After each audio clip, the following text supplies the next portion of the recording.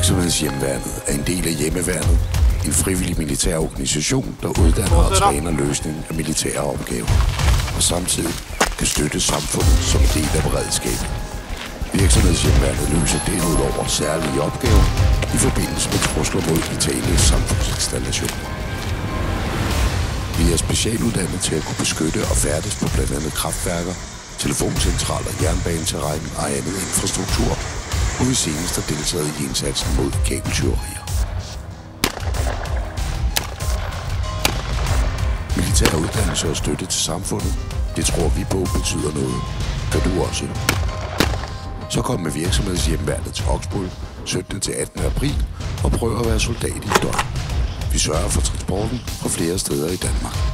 Hør mere om, hvordan du kan være med til at gøre en forskel for dig selv, for infrastrukturen og for Danmark.